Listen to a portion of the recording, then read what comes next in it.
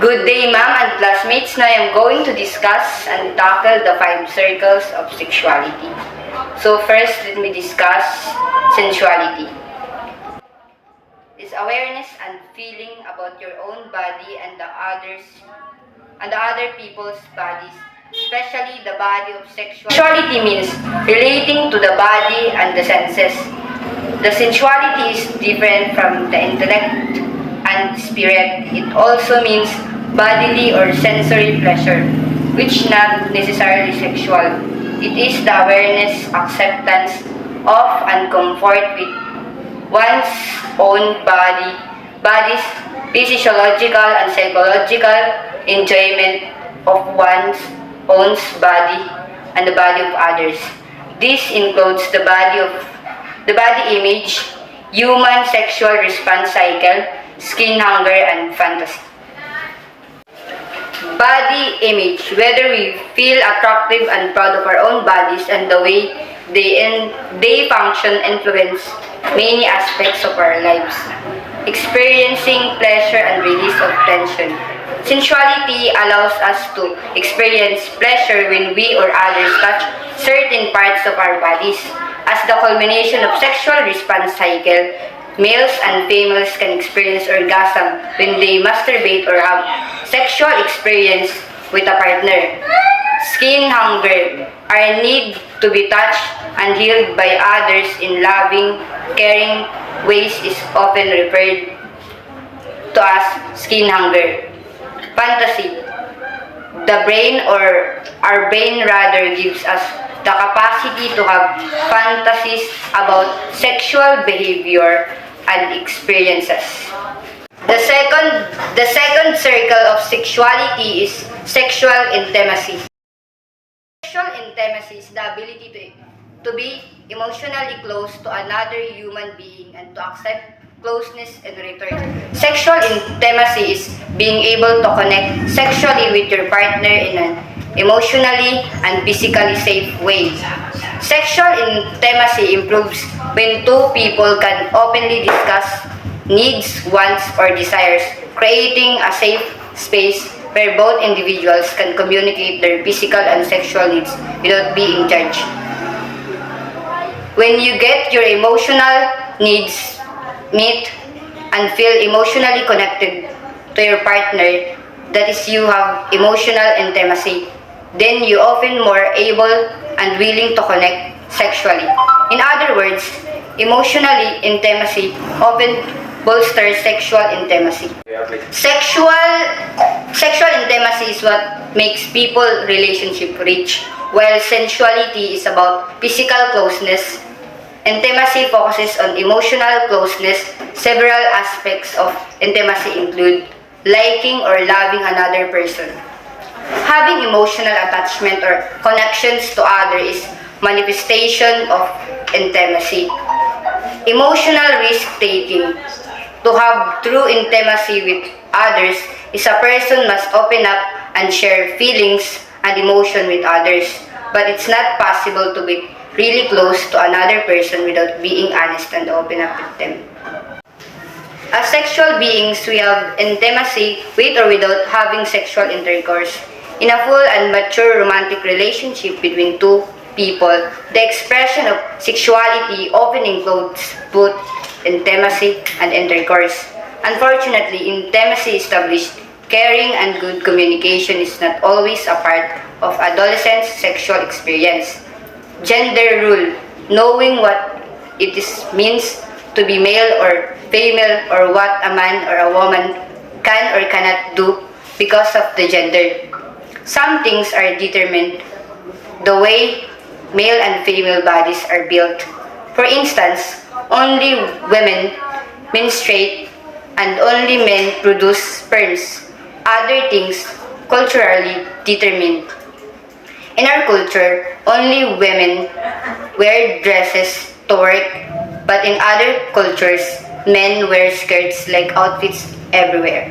There are many rules about what men and women can or do that have nothing to do the way their bodies are bust. This aspect of sexuality is especially important of young adolescents to understand, since peer and parents' pressures to be macho or feminine increase at the age. Both boys and girls need help sorting out of how perception about gender rules affect whether they are encouraged or discouraged to make certain choices regarding relationships, leisure activities, education, and careers. Sexual orientation, whether a person's primary attraction is to people of the same gender, homosexuality, the other gender, heterosexuality, or both genders, bisexuality. Sexual orientation generally begins to emerge by adolescence. Heterosexual, gay, lesbian, and bisexual youth can all experience some gender sexual activity and puberty, such behavior including sex play with same-gender peers, crushes on some same-gender adults, or sexual fantasies about people of the same gender are normal for pre-teens and young teens and are not necessarily related to sexual orientation. Because of negative social messages, young adolescents who are experiencing sexual attraction to and romantic feelings for someone of their own gender may need support from adults who can help teens classify their feelings and accept their sexuality. How do we know what is our sexual identity is? Most people know from very young who they want to have relationship with. For others, it takes until adults or longer to make sense of their sexuality. But remember, sexuality is not a choice. It's different for everyone and it is a natural part of who you are. Everyone has the right to feel comfortable, to be accepted for who they are. It's normal to feel confused or curious about whether you're straight is normal. Just because you define your sexuality one way now doesn't mean you can change your mind later. The fourth circle of sexuality is reproduction and sexual health. One's capacity to produce and the behavior and attitude that make sexual relationship healthy and enjoyable. That belong in this circle includes factual or information about reproduction. It is necessary to understand how male and reproductive system work and how conception occurs. Second, feelings and attitude are wide-ranging. When it comes to sexual behavior and reproduction, especially health-related topics such as sexually transmitted diseases, including HIV infection, and the use of contraception, abortion, and so on. Third, sexual intercourse is one of the most common human behaviors, capacity of producing sexual pleasure and or pregnancy.